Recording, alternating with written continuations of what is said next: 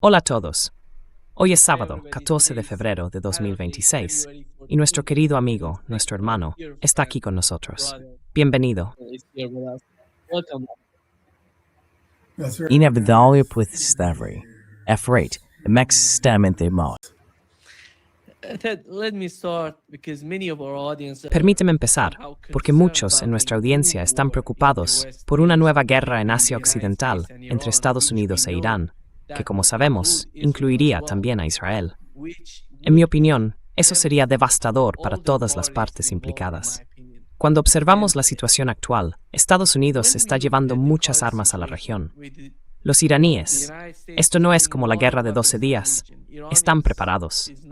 Saben que se avecina un ataque. Los israelíes están preparados. Los estadounidenses están preparados. Los iraníes están preparados. ¿Cómo ves la situación actual? ¿Y cómo ves una confrontación entre ambas partes?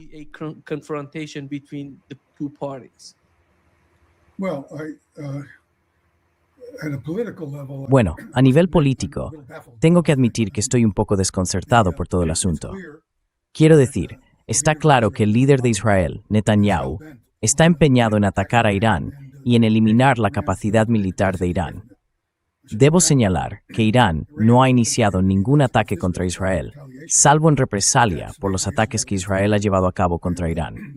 La retórica en Occidente no está muy bien informada, por desgracia, pero básicamente la situación está siendo impulsada principalmente por Israel y también por Estados Unidos. Parece, no puedo estar seguro, ya que no me considero un observador político especialmente experto, que las cosas no fueron bien entre Netanyahu y Trump en la reunión muy reciente que acaba de terminar. Está claro que Netanyahu quería que los estadounidenses volvieran a actuar contra Irán.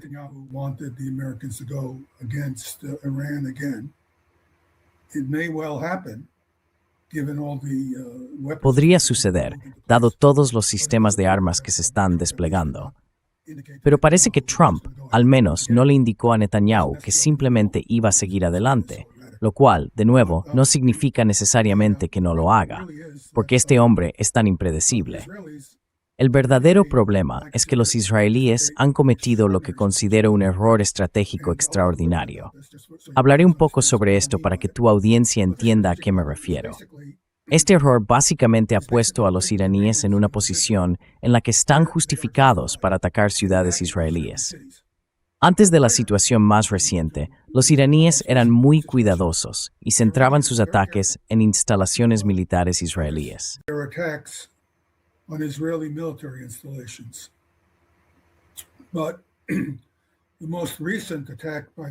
Pero el ataque más reciente de los israelíes fue básicamente un intento, no sé por qué creyeron que podían hacerlo, pero un intento de provocar un colapso.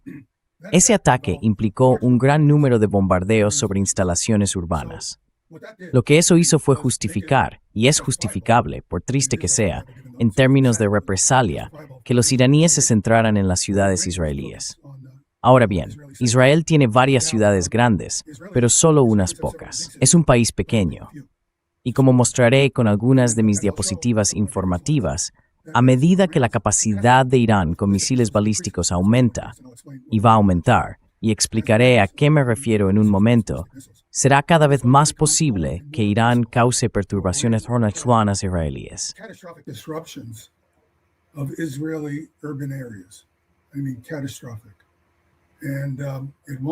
Quiero decir, catastrófico. No estará al nivel de lo que los israelíes han hecho en Gaza, pero en cierto modo empezará a acercarse a ese tipo de daño y disrupción. Y por supuesto, ya sabes, las sociedades están organizadas y cuando se daña a una sociedad, no se puede medir toda la magnitud de ese daño diciendo, bueno, destruimos el 20% de los edificios. Si ese 20% de edificios forma parte de una estructura en la que están conectados con el 75% restante, en términos de suministros, relaciones, servicios y cosas por el estilo, estás paralizando una sociedad de una manera muy grave. E Irán va a tener, si no lo tiene ya, la capacidad de hacerle eso a Israel.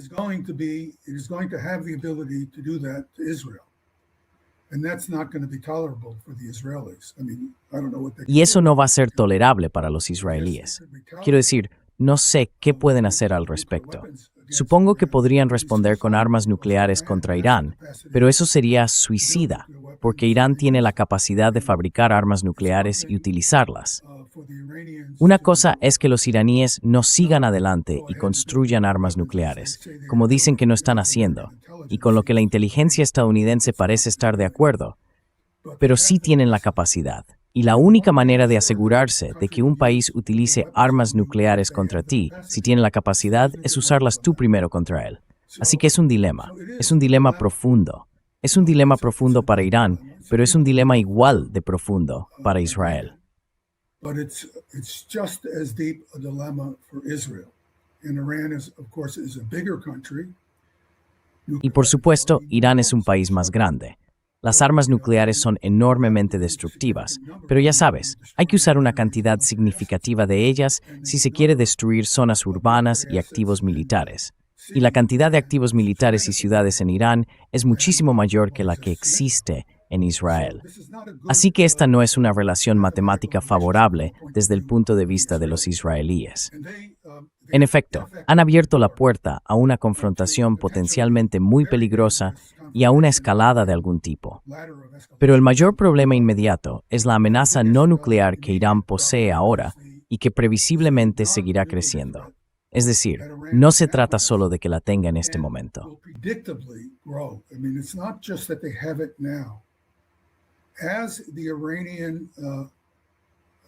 A medida que aumenta el tamaño de las fuerzas de misiles balísticos de Irán, por tamaño me refiero al número, a medida que crece la cantidad y mejora la precisión, y en breve te mostraré lo que significa precisión, eso tendrá una importancia real.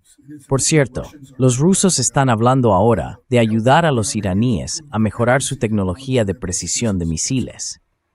Parece que los rusos están trabajando en un acuerdo con los iraníes, y eso va a ser muy significativo, como te mostraré en un momento.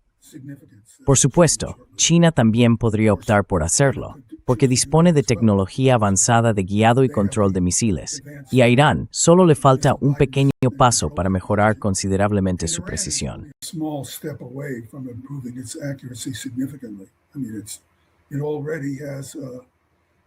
Quiero decir, ya tiene unas capacidades técnicas tremendas, pero podría recibir un impulso real de Rusia o de China. Y el aumento de precisión no tiene por qué ser enorme.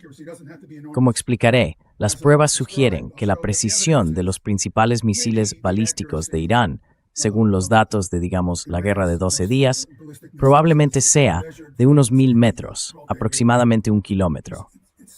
Cuando tienes una precisión de 1 kilómetro, pasar a 500 metros no es un paso gigantesco. Llegar a 100 metros, eso sí es mucho. Pero alcanzar los 500 metros no supone un gran salto en términos de mejora tecnológica, e Irán está en condiciones de lograrlo, especialmente con la ayuda de los rusos. Iran is poised to be able to do that, especially with the help of the Russians. And so, as we Y así, a medida que observamos el paso del tiempo, mientras continúa esta confrontación, Irán va a tener más misiles, porque está claro que entienden que esos misiles son algo único para Irán, que les permite amenazar y mantener a distancia a Israel. Y a medida que mejoran la guía y el control, a medida que aumenta la precisión, la eficacia de esos misiles para perturbar e incluso posiblemente paralizar el funcionamiento de la sociedad civil en Israel, va a incrementarse de forma drástica. Así que el tiempo del reloj no está del lado de Israel.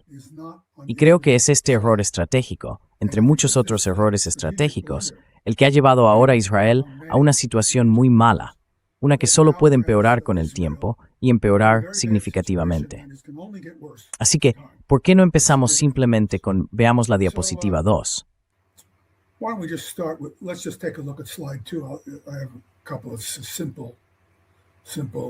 Tengo un par de diapositivas sencillas. El punto que mencioné antes es que el ataque a Teherán fue un enorme error estratégico. En la diapositiva 3, la razón de ello es que se cruzó la línea de ataques a objetivos puramente militares a ataques a ciudades. Si pasamos a la diapositiva 4, lo que decimos es que Israel solo tiene un pequeño número de ciudades. Una combinación de un mayor número de misiles balísticos y una mayor precisión dará a Irán con el tiempo, una palanca estratégica extraordinaria y creciente contra Israel. Así que los dos factores que aumentarán esta capacidad de presión sobre la sociedad israelí. El primero es evidente.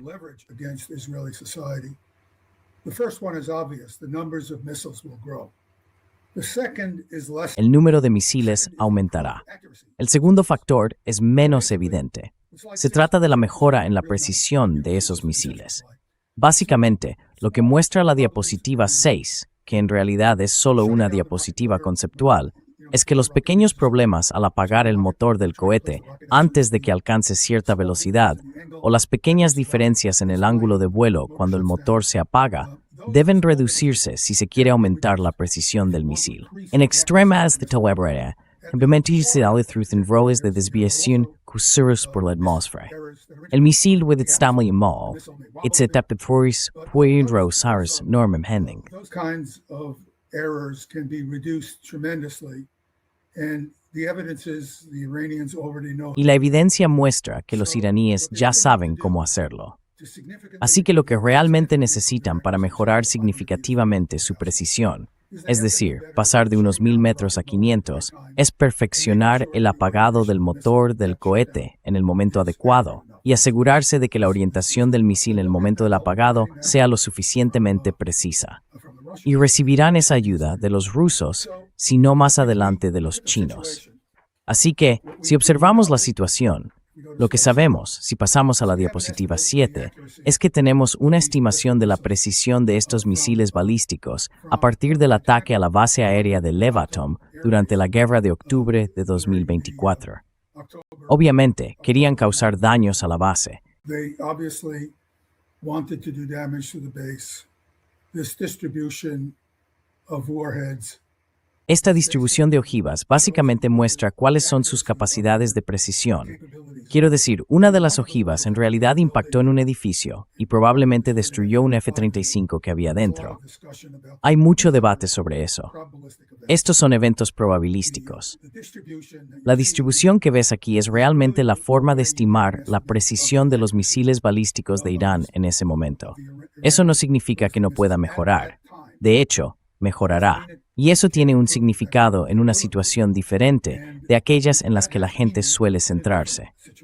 La posibilidad de que la precisión de los misiles balísticos de Irán llegue a ser tan alta que puedan atacar selectivamente aviones, refugios y cosas por el estilo es muy baja, al menos en un futuro próximo.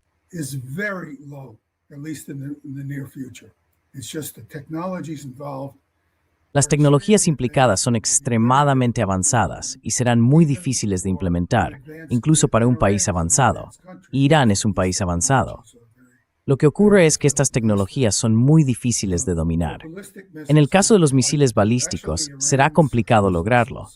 En realidad, los misiles de crucero de Irán, y no me refiero a sus drones, me refiero a sus misiles de crucero, han demostrado una precisión extraordinaria. La razón es que, en el ataque a los campos petrolíferos de Arabia Saudí, vimos pruebas de que los misiles de crucero iraníes pueden fijarse en un objeto de una determinada forma y dirigirse hacia el centro de ese objeto. Podría mostrarlo en otra conversación. Puedo mostrarte las pruebas de ello.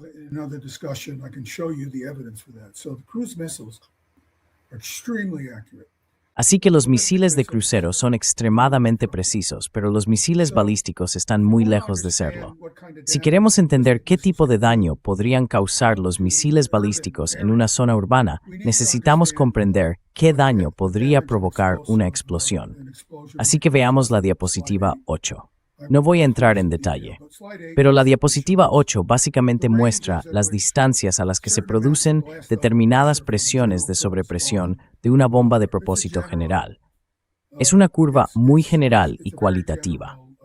Para una ojiva de 1000 kilogramos, probablemente unos 100 metros, te darán alrededor de 2 libras por pulgada cuadrada.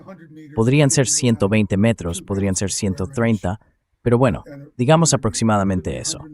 A 50 metros, obtendrás casi unas 5 libras por pulgada cuadrada.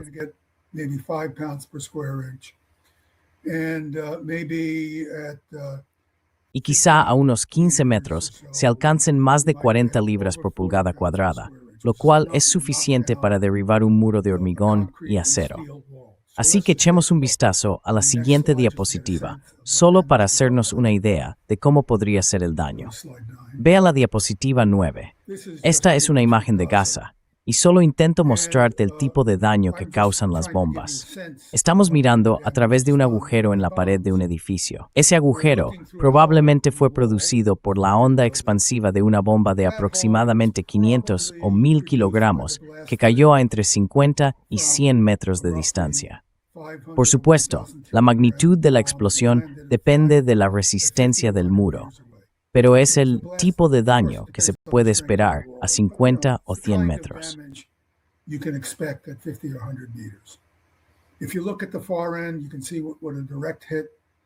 Si miras al fondo, puedes ver cómo queda un impacto directo en un edificio, que es una estructura importante, de hormigón y acero reforzado. La estructura un poco más adelante está dañada, no por un impacto directo, sino por las ondas de choque secundarias. Así que quizá hubo una bomba o varias que cayeron a 30 o 40 metros de distancia. El punto que quiero destacar es que hay muchos daños más allá del lugar donde una bomba impacta realmente. Ese es el punto que intento explicar. Y en el lado izquierdo vemos un edificio cuyas exteriores han sido en gran parte derribadas, mientras que los suelos parecen seguir intactos.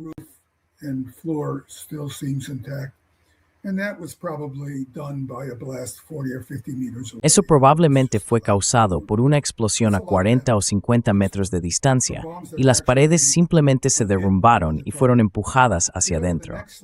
Es mucho daño para bombas que en realidad no alcanzaron el objetivo.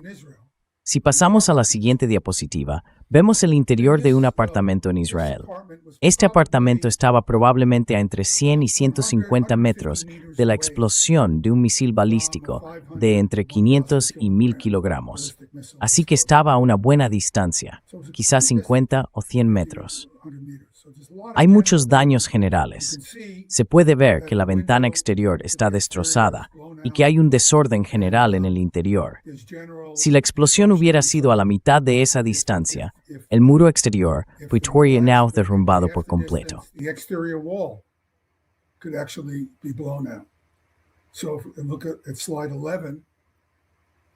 Así que, si miramos la diapositiva 11, este es un ejemplo del daño causado por una bomba que probablemente cayó, quizá, no lo sé, a unos 50 o 60 metros de las paredes de este edificio. Quedaron completamente destrozadas y, por supuesto, los interiores resultaron gravemente dañados. Se puede ver evidencia de que hubo incendios en el edificio, porque los incendios se inician cuando ocurren este tipo de cosas. No hay nadie cerca para apagar el fuego, porque la gente está herida o ha evacuado, y tiende a producirse un daño tremendo. Bien, ya tenemos una idea de lo que causa el daño. Pasemos a la diapositiva 12. Este es un diagrama simulado del impacto de un misil, y si miráis en la esquina superior izquierda, tengo una pequeña leyenda que muestra qué representan los distintos círculos. El círculo exterior amarillo indica aproximadamente 2 libras por pulgada cuadrada.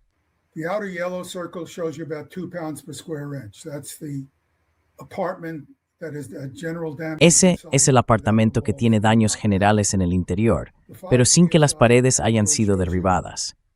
La línea de contorno de 5 psi muestra dónde, si una bomba cayera lo bastante cerca, habría dañado gravemente las paredes exteriores del edificio de apartamentos. Puede que no las hubiera derribado, pero al menos habría causado daños serios en la superficie. Y la curva de 40 psi, que está en rojo, muestra dónde básicamente se derrumbaría la estructura, causando daños graves al propio edificio. Bien, echemos un vistazo. Esta es una simulación de SISMIME en una presión Dürr-Schmidt-Rules. With 1,000 meter accuracy. I'm assuming a 1-ton warhead, but 500, half a ton is... Estoy suponiendo una ojiva de 1 tonelada, pero 500 media tonelada está bien. Todo es teórico. Se puede ver que si se estuviera disparando contra Tel Aviv, y sabemos que los iraníes lo hicieron, un número significativo de ojivas habría caído en el centro de la ciudad, lo cual sabemos que ocurrió. También sabemos que hubo muchos daños en el centro de Tel Aviv, aunque los israelíes intentaron ocultarlo. pero si hablas con alguien que estuvo allí, te dirá que había daños por bombas por todas partes. Muy, muy graves. Un verdadero problema. Los israelíes intentaron restarle importancia, pero ciertamente hubo una fuerte reacción por parte de la población israelí.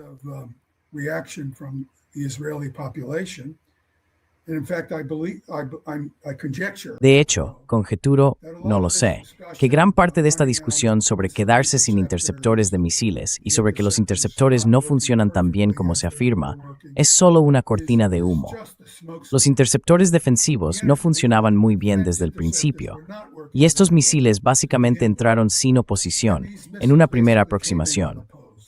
Puede que haya habido algunas intercepciones, pero la tasa fue muy baja, quizá un 5%. Me sorprendería mucho que fuera tanto como una de cada 10. Me sorprendería mucho que fuera tan alta. Así que existe una mitología que los israelíes han intentado promover, pero que realmente no pueden ocultar a su población, porque los iraníes mostraron a su población lo que podría suceder.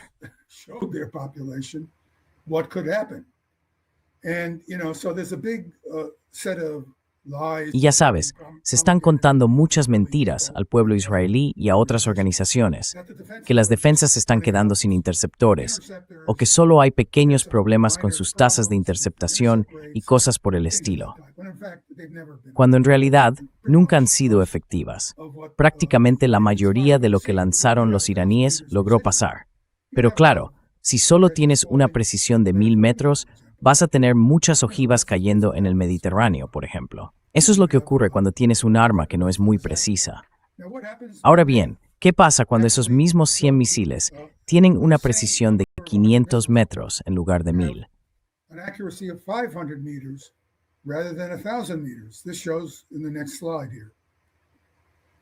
Esto se muestra en la siguiente diapositiva. Bien, las cosas parecen mucho peores, muchísimo peores. Se puede ver que la zona del centro de Tel Aviv recibe al menos el doble de densidad de impactos, lo cual no es una buena señal si eres israelí. Ahora bien, por supuesto, esto es una simulación con 100 misiles. Pero Irán no tiene por qué detenerse ahí. Con el tiempo, Irán no solo mejorará su precisión, sino que también aumentará el número de misiles que puede lanzar. Así que echemos un vistazo en las próximas diapositivas a cómo podría ser un ataque con 500 misiles y una precisión de 500 metros.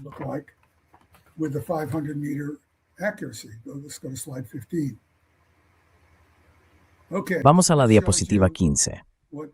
Bien, esto muestra lo que son 500. ¿Ves el círculo interior? ¿Ves estos dos círculos aproximadamente naranjas? Uno representa la precisión. Bueno, en realidad, uno es la distancia de 1000 metros. No es la precisión. Son simplemente 1000 metros. Y el exterior es de 2000 metros. Así que puedes ver que un porcentaje muy grande de las ojivas cae en la zona urbana edificada de Tel Aviv. Podemos acercarnos un poco más en la siguiente diapositiva. Vamos a la diapositiva 16. Bien, la 16. Esto es solo un acercamiento. La razón por la que puse un acercamiento aquí es para que puedas ver los edificios. Observemos la densidad de los impactos aquí e intentemos entender lo que significa. Si miramos los círculos rojos,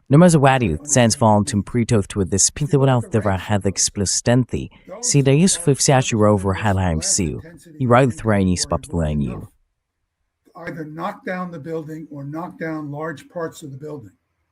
So that's going to be severe. The blue lines, así que eso va a ser grave. Las líneas azules muestran dónde se producirá una gran cantidad de daños generales, incluidos los apartamentos adyacentes.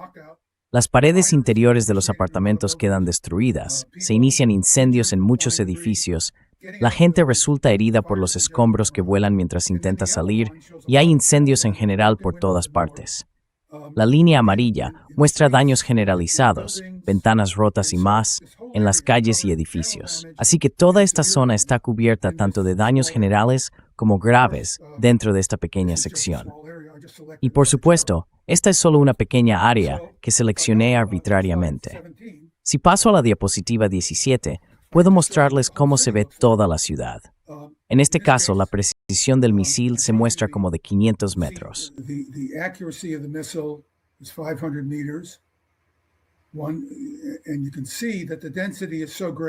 Se puede ver que la densidad es tan grande que incluso oculta las ciudades.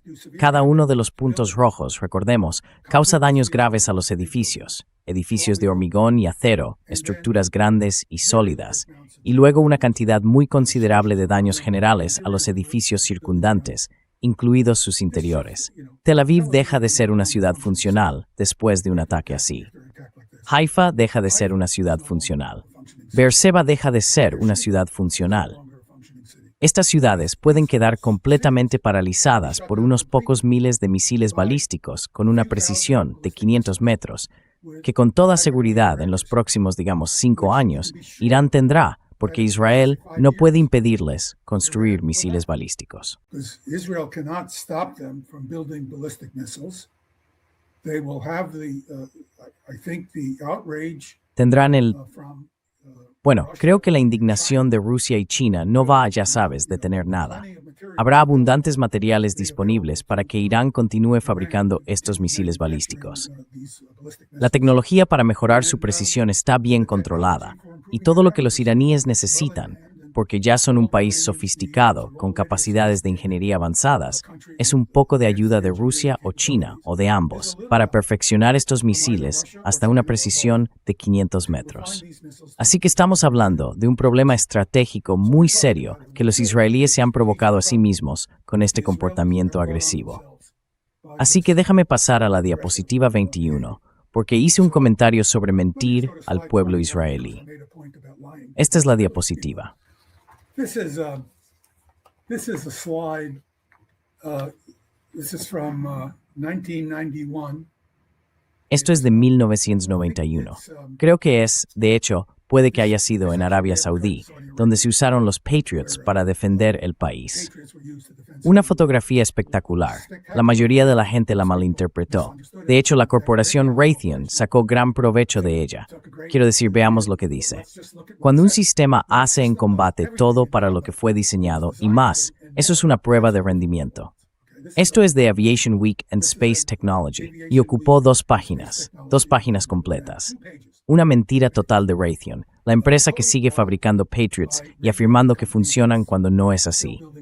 Esta foto con exposición prolongada, detengámonos un momento para entender cómo funciona una foto con exposición prolongada. La cámara está enfocada en el horizonte y el obturador está abierto.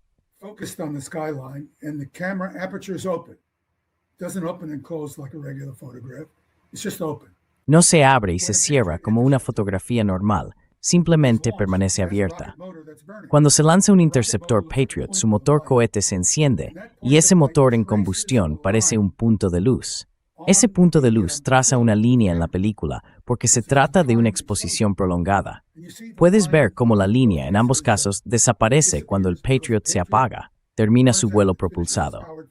A partir de ahí, vuela como una bala y maniobra cambiando su orientación en la atmósfera. Ahora, ¿ves esos 2 puntos en el cielo? Esos 2 puntos son las explosiones de las ojivas del Patriot. No tienen nada que ver con la interceptación de un Scud. De hecho, podría ser una charla aparte sobre esto, porque encontramos este enfrentamiento grabado con una cámara de video y lo analizamos fotograma a fotograma.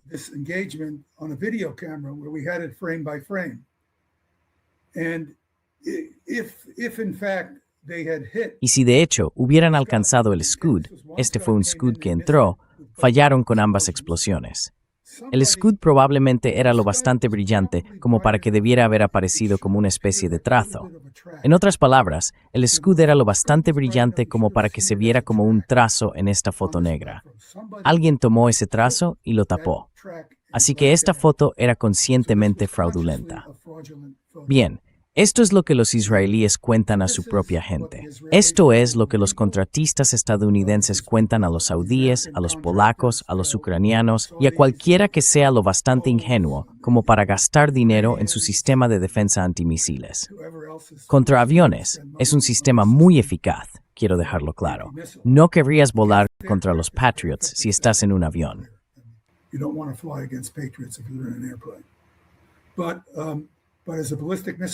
Pero como defensa contra misiles balísticos, no vale para nada.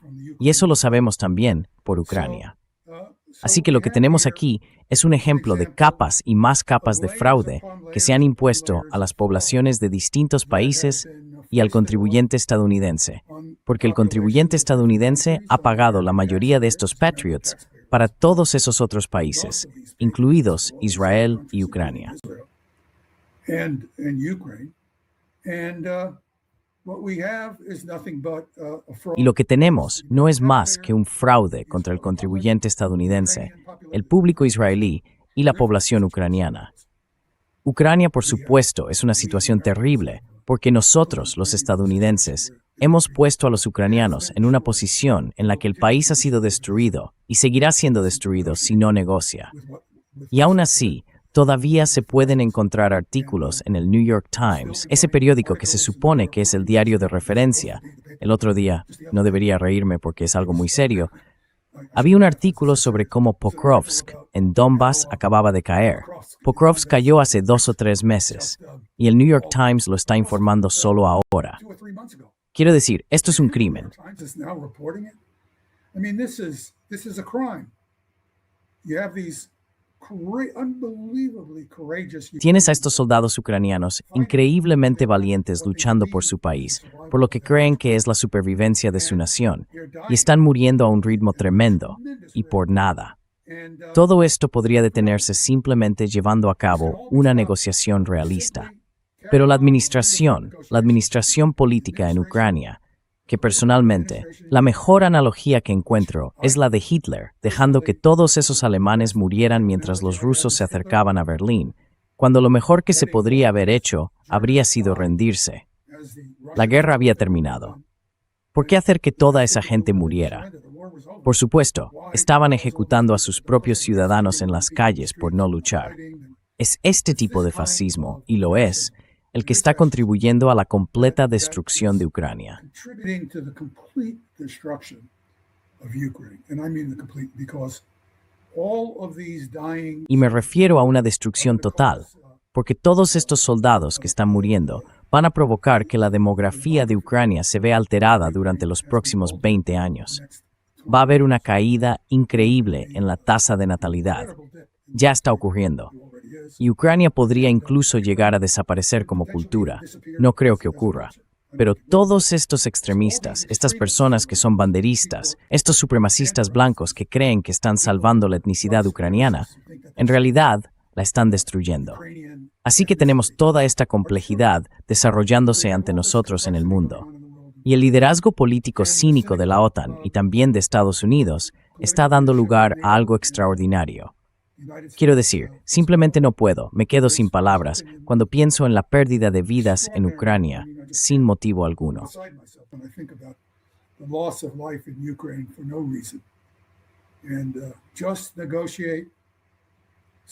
Y simplemente negociad. Dejad de intentar convertiros en un enemigo existencial de los rusos. Limitadnos a vivir junto a ellos y detened esta matanza increíble, porque los rusos la van a detener de todos modos. Y pueden hacerlo simplemente llegando a un entendimiento, o pueden hacerlo básicamente destruyendo por completo a Ucrania como un estado viable, que es lo que creo que va a ocurrir, por desgracia. En fin. Perdón por saltar de un tema a otro como lo he hecho, pero realmente, ya sabes, desde el punto de vista de un tecnólogo como yo, que además, por supuesto, está profundamente preocupado por la violencia en el mundo y sus consecuencias negativas.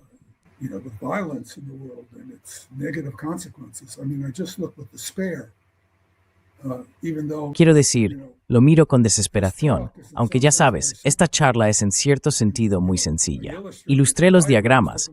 Me llevó mucho tiempo reunirlos. No los cogí sin más. Me llevó un tiempo porque quería hacerlos comprensibles, para que pudieras mirarlos y visualizarlos. Que yo te diga, 500 metros de CEP, ya sabes, ¿y qué? Pero cuando lo ves representado en un mapa, empiezas a entender cuáles son las consecuencias, porque básicamente somos animales visuales. Toda nuestra capacidad de aprendizaje se basa en las capacidades visuales, y las abstracciones vienen después. Así que eso es básicamente lo que tengo que compartir sobre este tema en particular, sobre estos temas.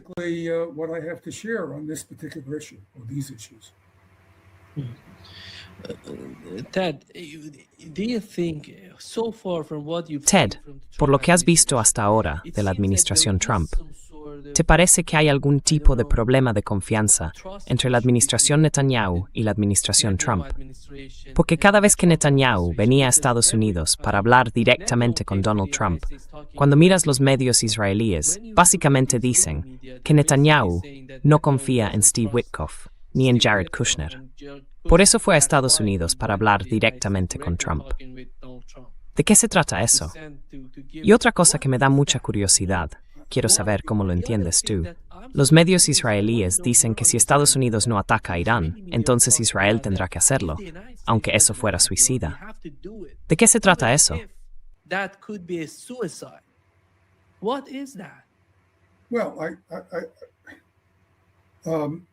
Bueno, creo que ya lo he mencionado.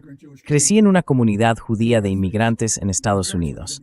Mis padres no eran inmigrantes, pero sí hijos de inmigrantes.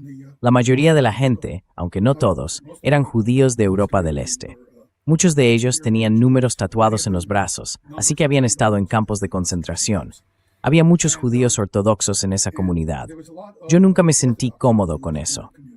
Mi esposa es católica. Quiero decir, no evitaba a la gente judía, pero ya sabes, simplemente no veo la amenaza. No todo el que no es judío representa una amenaza, pero así es como estas personas ven el mundo, lo ven de esa manera, y hasta cierto punto es comprensible dadas sus experiencias personales.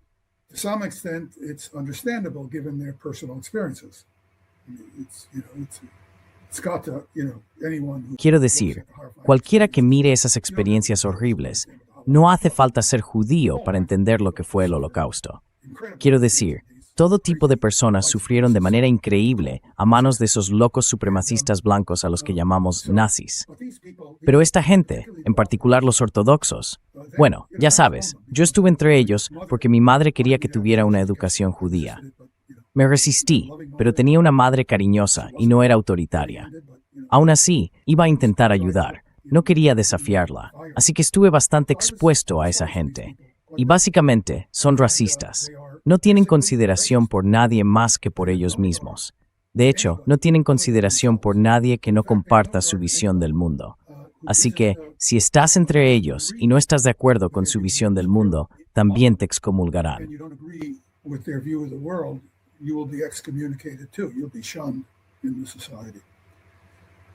Serás marginado en esa sociedad.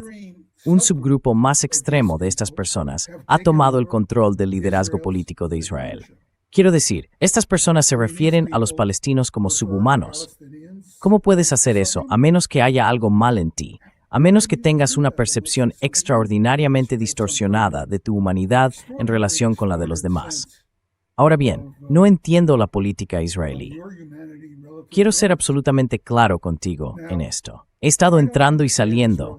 No creo que vuelva jamás, pero he estado entrando y saliendo de Israel. Y tengo muchos amigos allí.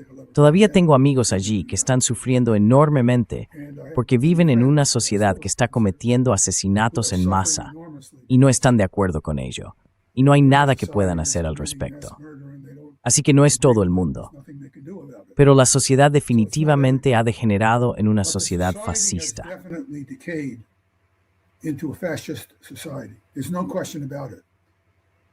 No hay duda al respecto. Solo se necesita que un porcentaje significativo de la población esté de acuerdo con el asesinato para que la sociedad sea básicamente fascista. Ya sabes, no todo el mundo en la Alemania nazi era antisemita, pero había suficientes personas que sí lo eran, y suficientes personas que tenían miedo porque podía costarte la vida, la de toda tu familia. Así que te mantenías al margen. Y si eras una de esas personas indecisas, no necesariamente alguien con convicciones firmes, es fácil adoptar una creencia porque resulta conveniente.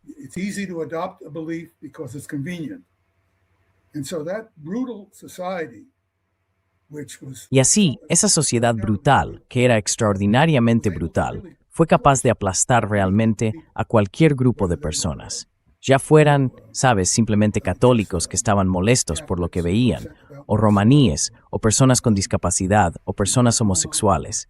Todo esto formaba parte de un marco cultural que no fue instigado por todo el mundo, pero sí por suficientes personas como para que quienes pudieran oponerse tuvieran miedo o fueran incapaces de marcar la diferencia. Y eso lo tienes ahora en Israel. Así que no lo veo muy diferente de la Alemania fascista. No lo veo. Cuando veo a los soldados, quiero decir, tengo muchos amigos que son soldados israelíes. Todo israelí que conozcas ha sido soldado, porque es un país que necesita tener personas de todas las edades. It's a country that has to have people of all age. I know none of them who would shoot a child. No conozco a ninguno de ellos que disparara a un niño siendo francotirador. A ninguno. Si lo hiciera, nunca volvería a hablar con él. Pero estas personas nunca participarían en algo así. Así que alguien lo está haciendo, y algún oficial al mando lo está permitiendo, y la gente que trabaja bajo sus órdenes lo está haciendo. Eso es algo cultural. Es más que una simple falta de disciplina. Me resulta horroroso ver que esto ocurre en un país que una vez pensé que valía la pena ayudar. Y ya sabes, como digo, todavía tengo muchos amigos. No estoy en contra de esta gente, pero simplemente quizá estoy demasiado implicado. Como dice mi esposa, estoy demasiado implicado. As my wife says, I'm just too close to it. I grew up with it and I can't take it. Crecí con ello y simplemente no puedo soportarlo. Me pone realmente enfermo, literalmente. Así que esa es la situación que veo en Israel. Es una declaración personal, no es un análisis sofisticado de quién es quién ni de qué es qué, pero creo que describe el entorno cultural general que ha caído sobre esta sociedad, que aún conserva muchas cosas buenas, un alto nivel de logro intelectual, una sabiduría tremenda entre quienes reflexionan. Ya sabes, las tradiciones judaicas son realmente extraordinarias en muchos aspectos, al igual que el Islam es extraordinario. Hablas con un erudito islámico y las ideas que puedes obtener de estas personas son notables. Y ya sabes, se ha degradado hasta un punto increíble. Me resulta sencillamente repugnante. En fin.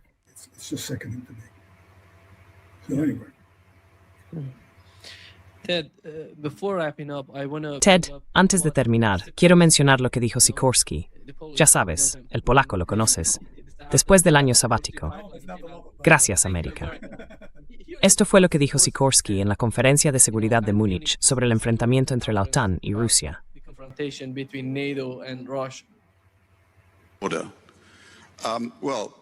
Bien hecho.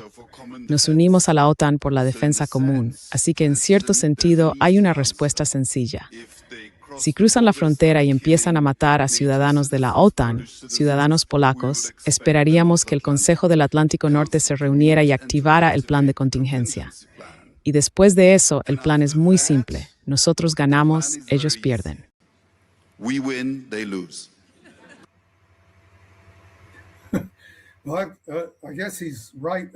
Bueno, supongo que tiene razón en cierto sentido, pero creo que en realidad es que tú pierdes y ellos ganan.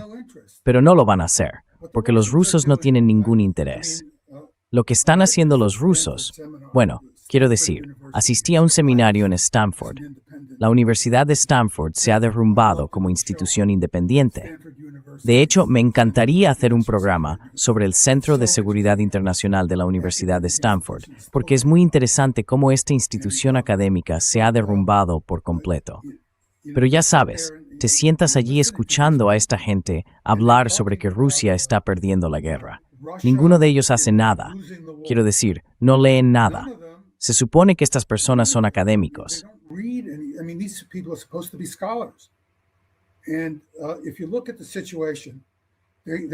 Y si observas la situación, no solo están hablando de que Rusia está perdiendo la guerra, sino que tienen a un tipo allí, en realidad va a dirigir el Instituto Freeman Spalding, se llama Colin Cool, y está hablando allí y dice que el mejor ejército de Europa ahora es el ejército ucraniano, que ha sido destruido. Ciertamente, los soldados del ejército ucraniano son extraordinariamente valientes. Ya no están tan bien entrenados, porque todos los mejor entrenados han muerto. La mayoría de los mejor entrenados han muerto. Y están muriendo a un ritmo increíble. La situación en cuanto a la capacidad de Ucrania para luchar es que están superados en número y en armamento, en una proporción de entre 5-1 y 10-1, en términos de artillería, vehículos blindados y cosas por el estilo. terms of artillery, armored vehicles, things like that. Now, nobody who is looking Ahora bien, nadie que observe las estadísticas de esa guerra lo negaría. Incluso el New York Times, ese periódico de desinformación, ha publicado artículos sobre el hecho de que el número de proyectiles de artillería disponibles para los ucranianos es 5 o 10 veces menor. El número de piezas de artillería también es inferior. Ahora, si uno se sienta y dice que hay dos ejércitos modernos combatiendo entre sí, y uno de ellos tiene 10 veces la potencia de artillería del otro, ¿cómo es posible que el que tiene 10 veces la potencia de artillería sufra 10 veces más pérdidas que el otro? ¿Cómo puede ser eso? Cuando se observa este tipo de guerra, un historiador militar te diría que el 70, incluso el 80% de las bajas son causadas por artillería de largo alcance. even 80% of the casualties are inflicted by long-range artillery. Because what long-range artillery is used for in this situation Porque para lo que se utiliza la artillería de largo alcance en esta situación es para atacar una posición defendida. No quieres enviar a tu propia gente contra una posición defendida sin ablandarla antes, por así decirlo. Así que la cubres con fuego de artillería y también la cubres con bombardeos aéreos, de los cuales, por supuesto, los rusos tienen el control total del espacio aéreo. Tienen bombas de 7.000 libras, de 3.000 libras, ya sabes, FAP 1500, bombas de 1.000 libras, que pueden lanzarse con precisión a decenas de metros. Decenas de metros es prácticamente cero con bombas tan destructivas. ¿Y me estás diciendo que en esta guerra estos tipos tienen 10 veces más bajas que el otro bando? Este hombre no tiene ni idea de lo que está diciendo. Cero. Es un completo idiota, o un completo necio, o un completo mentiroso. Porque si está mintiendo a su propia gente, y creo que los polacos son mucho más inteligentes que eso. if he's lying to his own people, and I think the Polish people are much smarter than this. I've been to Poland. In fact, I'll be in Poland, in Warsaw. De hecho, estaré en Polonia, en Varsovia, dando una charla a finales de este año. El pueblo polaco sabe lo que está ocurriendo y su gobierno no les está prestando un buen servicio en este momento. El señor Sikorski ciertamente tampoco les está prestando un buen servicio. La OTAN es un peligro para la paz en Europa. Y cuando digo Europa me refiero tanto a Europa occidental como a Europa oriental. Tiene un liderazgo que está inventando amenazas que no existen. Hablan de militarizarse, de aumentar sus presupuestos militares. Alemania está en medio de un colapso de desindustrialización. No tienen acceso a la energía barata que necesitan para mantener la industria pesada y se están desindustrializando a un ritmo impresionante. El Reino Unido está casi, ya sabes, a punto de declararse en bancarrota. Las cosas van muy mal allí. Things are going so bad there. And they want to take 5 or 10% Y quieren destinar un 5% o un 10% de su renta nacional a fabricar armas. Eso va a suponer un recorte del 10% o el 15% en sus programas sociales, porque los programas sociales representan la mitad de su presupuesto actual. Si quitas un 10% del presupuesto total, eso va a ser, ya sabes, un 20% menos para los programas sociales. ¿De qué están hablando estas personas? ¿Creen que sus poblaciones se van a quedar de brazos cruzados y permitirlo? No deberían. Todo para que estos tipos puedan fabricar armas que enriquecen a los grandes industriales, empobrecen al país, deterioran la salud de la población, reducen las oportunidades de educación y frenan el desarrollo del talento nacional. Todo porque se han inventado esta completa ficción de que los rusos vienen. Es ridículo. The Russians are coming. It's ridiculous. The Russians want a secure border. Los rusos quieren una frontera segura, lo cual no es diferente de lo que Polonia debería querer y tiene derecho a esperar. Los polacos tienen derecho a esperar una frontera segura. Yo apoyaría eso. Pero esta idea de que los rusos están viniendo, cuando no hay ninguna evidencia de ello, es ridícula. Estás perjudicando a tu propio pueblo. Polonia es un país realmente pobre. Comí en un restaurante de primera en Varsovia. Fue una comida extraordinaria. Y para mí apenas supuso nada. Mi amigo, que me llevó allí, insistí en pagar yo, porque cubrir esa comida habría representado una gran parte de sus ingresos. Y para mí no fue nada. Eso se debe a que el país es muy pobre. ¿Por qué harías eso a tu propio país? Me resulta increíble. Así que creo que el señor Sikorsky debería ser revisado y la población debería dejar de aceptar estas tonterías. And the population should stop taking the nonsense. Yeah. Sí, claro. Muchas gracias. Much. Thank you so much. Soy tan sofisticado, Puenten, como Momis de Stanford. Do you think ¿Crees que estos políticos son realmente tan sofisticados? sophisticated now? No, I think they're not. No, creo que no lo están. En realidad, he estado dándole vueltas a la idea de hacer uno. No me gusta mucho hacer podcast en los que aparezco yo, porque no quiero entrar en ese rollo del ego, pero resulta que tengo muchas experiencias personales que interesan a la gente y creo que tienen elementos que pueden enseñar algo. Además, tengo bastante experiencia prestando apoyo cuando estaba en el gobierno a responsables políticos y militares de muy alto nivel en el gobierno de Estados Unidos. Y tengo muchas historias que la gente encontraría interesantes, historias realmente interesantes. And they are really interesting stories. Like the chief of naval operations, who I was in. El jefe de operaciones navales a quien yo asesoraba no sabía que el láser de rayos X, el superarma que dio inicio a la iniciativa de defensa estratégica, requería la detonación de un arma nuclear en el espacio exterior. Yo se lo dije. Fue como un sketch de Monty Python. Cuando le conté lo que había pasado, dijo, ¿qué? Dr. Postol, ¿qué ha dicho? Literalmente, fue como un sketch de Monty Python. Dijo, señor, ya sabes, es un tipo bajito. Así que le dije, señor, no, I cannot have smoke haces. Dijo, ¿de verdad? Le respondí, sí, señor, ¿qué arma nuclear?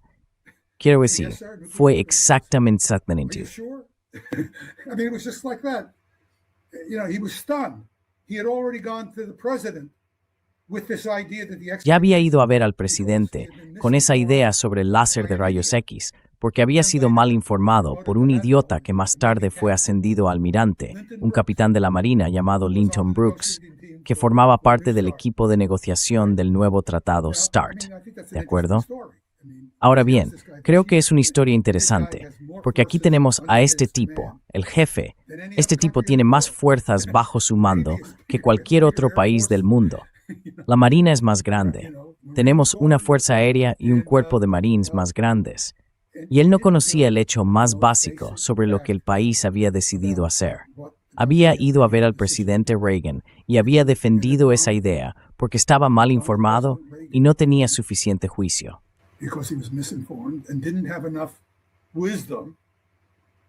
I mean, I was briefing him regularly. He could have. Quiero decir, le informaba con regularidad. Podría haberme enviado una nota, y yo habría ido a gatas hasta su despacho, como solía hacer, de hecho. Tengo diapositivas de algunas de las sesiones informativas que a veces muestro a la gente, ya sabes, que he limpiado, porque ninguna de ellas sigue siendo clasificada de todos modos. Pero si crees que esos tipos de alto nivel saben siempre lo que hacen, algunos sí, algunos son realmente impresionantes. Y Ray McGovern, mi viejo amigo con quien suelo bromear, me gusta tomarle el pelo. Al fin y al cabo, es irlandés. Pero ya sabes, Ray es muy meticuloso. Y lo sé, estoy seguro de que estuvo en el gobierno.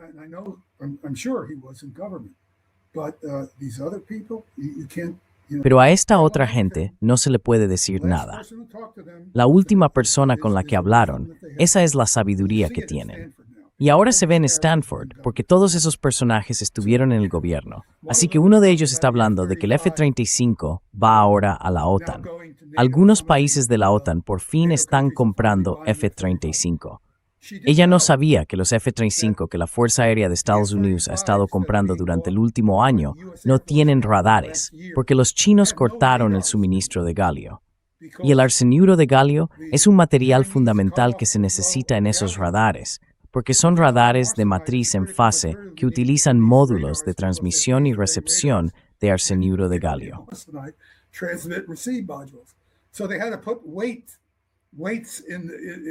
Así que tuvieron que ponerles pesos para que los pilotos al menos pudieran entrenar con los F-35 sin radares. Pero esos no son aviones de combate. Ella está realmente contenta de que la OTAN vaya a comprar un montón de ellos ahora. ¿De dónde? Es increíble. Quiero decir, aquí está esta persona. Se supone que es una académica distinguida. Fue adjunta de Jens Stoltenberg, esta mujer. Muy bien, ahora no tengo que hablarte de Jens Stoltenberg. De la OTAN, Mark Rutte, Esor Sikorsky, en inis memorias declaraciones. Another Sikorsky. He's making the same kind of statements. And by the way, when your mailman comes to your Y por house, cierto, cuando tu cartero venga a tu casa, deberías saber que podría negociar la venta de tu casa sin que tú lo sepas, porque eso fue lo que hizo Mark Rutte con Groenlandia. Negoció Groenlandia con Estados Unidos, con Trump, cuando no tenía nada que ver con la decisión de Dinamarca. Este es un tipo que supervisa las obligaciones de Dinamarca con la OTAN. Por supuesto, son un grupo de payasos. Estos tipos son una broma. Y Stanford tiene un grupo de bromas particularmente espectacular, ya sabes, y tienen estatus de profesorado. Esta universidad que dice tener estándares no tiene ninguno. university that claims to have standards has none. Oh, by the way, I should say, I'm about to file a complaint. Ah, por cierto, debo decir que estoy a punto de presentar una queja porque me acusaron de alterar el seminario de Stanford. Cuando me iba, se me acercó un grupo de matones que me dijeron que no podría volver nunca más a un seminario de Stanford después de ese último. Tengo la transcripción y el audio del seminario, porque suelo grabar estas cosas cuando asisto. No hay ninguna prueba de alteración en absoluto. Voy a enviar todo esto al rector de Stanford. Será interesante ver si pasa algo, pero mi predicción es que se escabullirán. No tienen normas sobre alteraciones ni estándares de supervisión de ningún tipo para sus normas académicas o de conducta. Eso es lo que está ocurriendo allí. That's what's going on there. So Ese es increíble. that's the academic. Esos son los estándares académicos en las universidades estadounidenses.